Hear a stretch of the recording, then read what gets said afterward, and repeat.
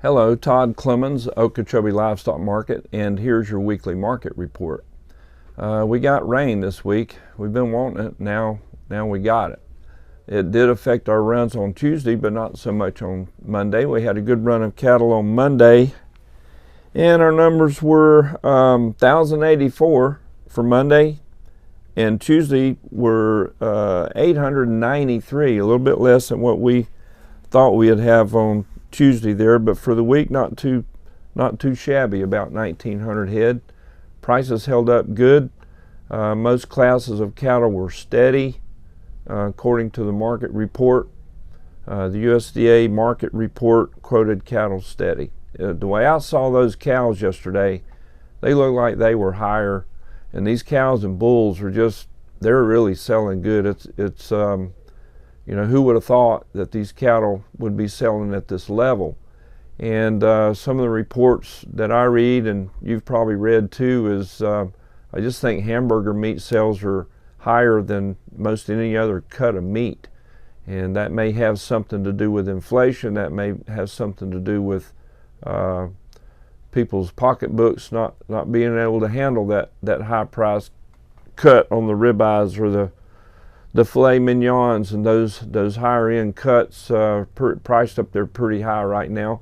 They are moving the meat even at a high level, but your lower cuts, your ground meat and hamburger meat are really doing good, and that's what got these cows so high. And also feedlot inventory is a lot lower, and we finally come through. Last year inventory was down, and we're here in June. Half of this year is gone, which is hard to believe, but numbers are down in feedlots. So there's a little bit, if you want to call it a shortage. I don't know that it's a shortage, but they're a lot closer. When those cattle get ready to finish in the feedlots, those packers are needing them really bad, and they're paying up for them too.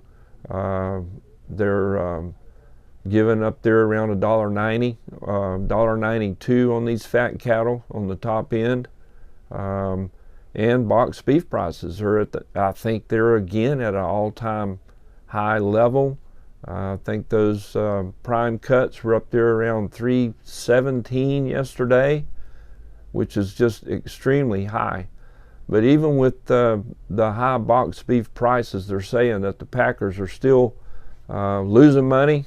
And I don't know if that's true or not. They're probably not losing money. They're not good at losing money, so they'll figure out a way to back the prices down they're giving for these cattle so that they can stay in the black. But they do say that the packers are in the red, but even though meat sales are good, they're having to give more than what they really would like, just because supply is down. So that's what got these cows and bulls up, because not all the cattle that end up in the food supply that come out of a feedlot. They don't all come out of a feedlot. They're cows and bulls, slaughter animals that are sold through the markets and everywhere else that end up in the food supply too. And we had some cows up in the 150s.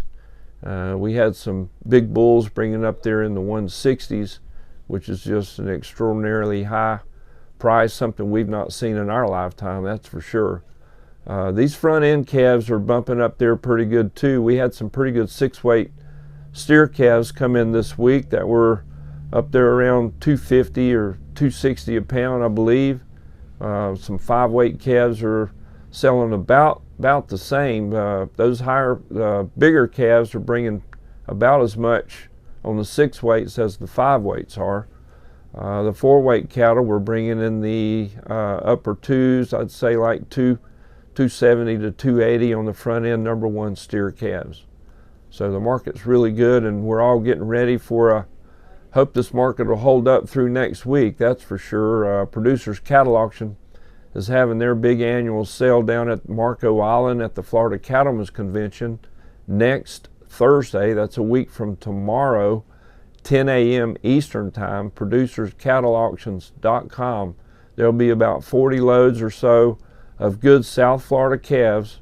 That's this year's calf crop. They're ready to go. They'll be sold down there at Marco. Of course, you can you can, if you're interested in buying any, to bid on those cattle, call the office and we'll get you lined up and give you a login and password, and you can bid on those cattle from anywhere. You don't have to be there. But it's going to be a lot of really good cattle for sale, and that'll be 10 a.m. next Thursday. And I'm thinking there's going to be 40 some odd loads of cattle offered on that sale. And along with the Cattlemen's Convention next week, we'll be down there with the Livestock Market Association from Florida, meeting with the Florida cattlemen's about how do we repeal the state tagging rule that's intra-state movement of cattle that come out of the markets that need to go back to the ranches. Right now they have to be tagged, and the paperwork has to be sent into the state just to buy them from the market to go back to your ranch. That's intrastate, that's in the state. And it's a very small percentage of cattle, but there's a lot of paperwork involved. It's tagging. There's a lot of stuff that goes into it, and we really don't think it's necessary, especially with the new tagging rule coming into effect in November. That's where these new EID tags are going to be the official tag.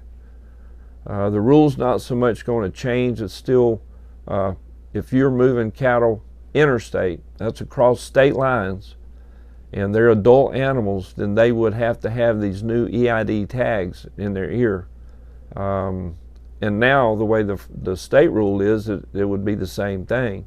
And these EID tags, the little button tags that with the flap tabs on them, they cost, they're just going to cost a lot more. I mean, if the little metal tags cost $1, these EID tags got to cost $5 or $6 a piece.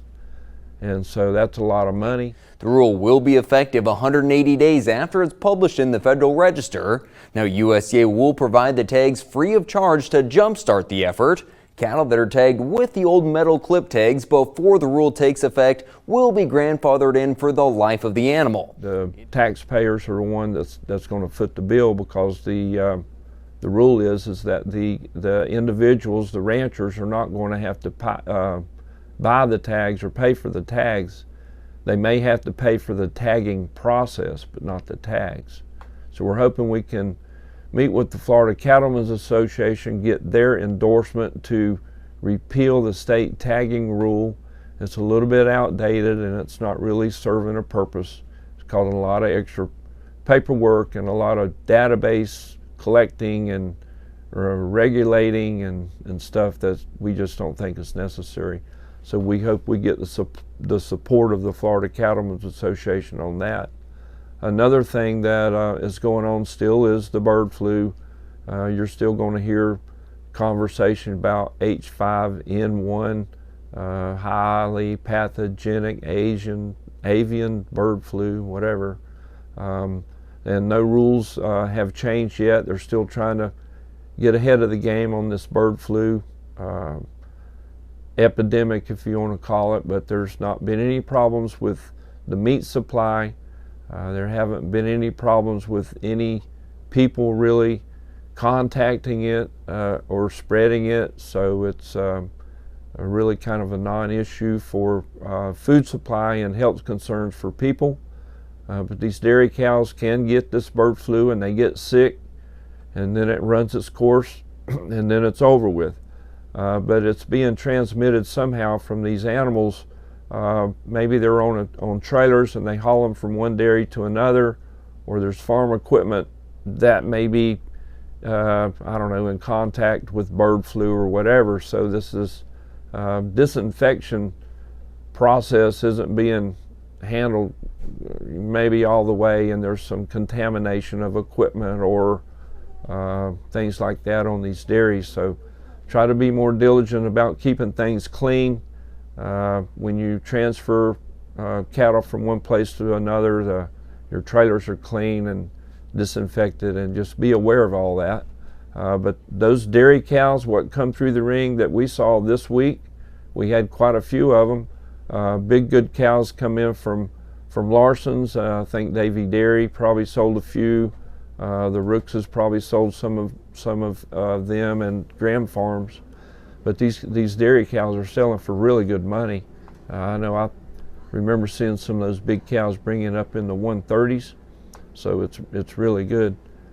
So prices are steady, and we had a cake auction here yesterday for the Florida High School Rodeo Association. There's 10 or 12 kids from right here in Okeechobee that are going to be representing our town at the national finals, National High School Rodeo Finals.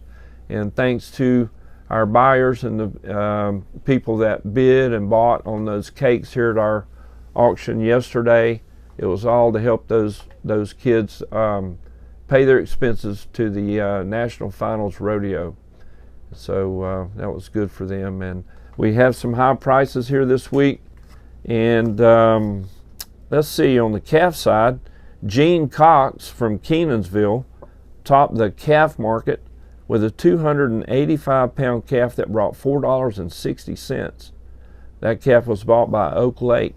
And on the slaughter cow side, 7-Eleven Ranch, who is are pretty regular on this market report. They bring in some good big cows, and they always kind of top the market there. 7-Eleven does a good job. This cow weighed 1,310 pounds and brought $1.57. That cow was bought by Florida Beef. Our schedule for next week will be a little bit different. We'll all be down at the convention. Sales are regular Monday, Tuesday. Bring them in if you can. I know it's raining like crazy here now, but I don't think it's going to be too wet for you to gather and bring them in. If you've got plans to sell cattle next week, it's going to be a good time to do it. Prices are high. Regular sale days Monday, Tuesday. Cattlemen's Convention in Marco Wednesday. Producers Cattle Auction on Thursday. Offices will be open here all week except for Friday. There will not be anyone here Friday.